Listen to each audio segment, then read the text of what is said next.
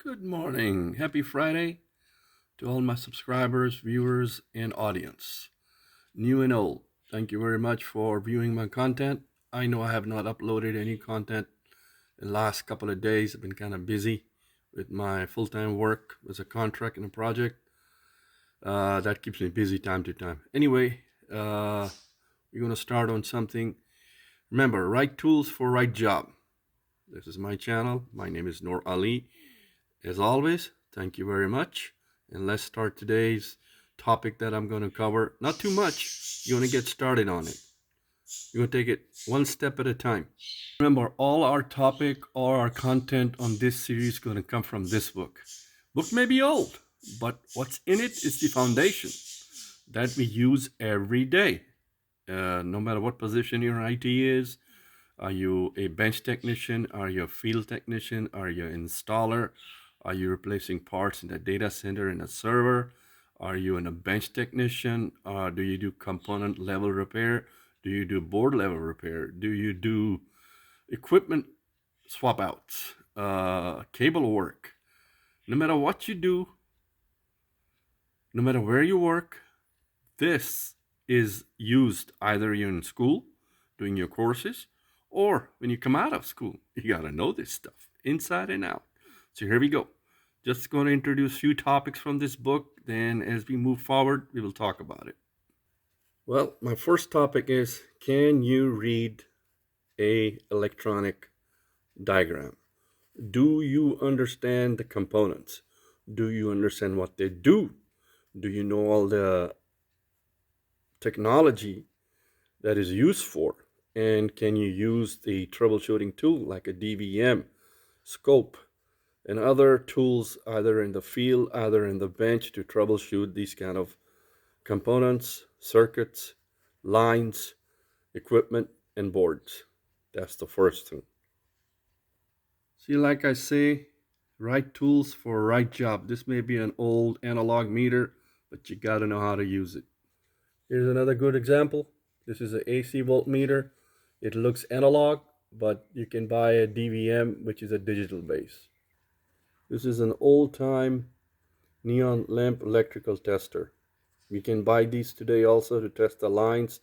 They come in like in a small screwdriver, Phillips, and you touch the tip, and the end of it, there's a light. All right, so this concept is called a block diagram. Boy, block diagrams are everywhere. Everywhere. Even today when I'm designing my board, my circuits, or today I'm designing my basically low correlation, which is a security tool. And I had to design a network map, a block diagram, and present it to the architect basically. But you got to know how to do block diagram troubleshooting. You got to know how the signals flow, data flow. Very important tool to understand the concept, the mindset. First, I showed you a circuit. Now I'm showing you a block diagram. Here's another concept of a block diagram in a large print.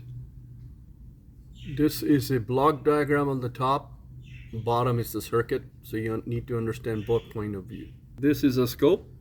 Everybody should know how to use it if you're on a bench technician. And of course, these are charts that we use. That's what they look like if you're going to replace them one by one. And if you ever worked on a bench technician, swap out parts on the boards known as components, that's what we use. Make sure the right value is replaced. Here are some diodes. Here are some caps, capacitors with the right value. You need to understand the microfarad and picofarad. All right, you got to know your basics when you're troubleshooting. So here are some basics, breakdowns, right there, right there, right there, right there.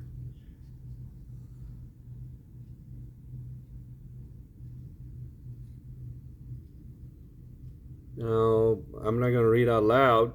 The chart is right there, so if you're in electronics, you got to know this. There's some transformers. That's what the circuit looks like, or symbols.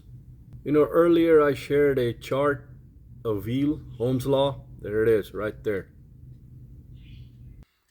Well, we have to wait for the next topic to come through. For now, this is an introduction into the concept.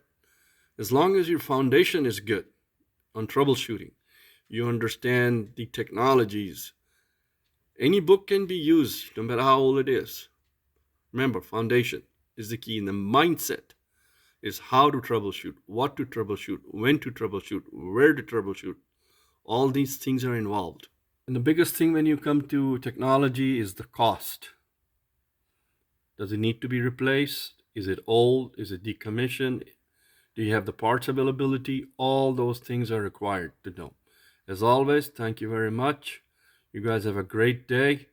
This is Friday. Have a great weekend till my next content which I upload.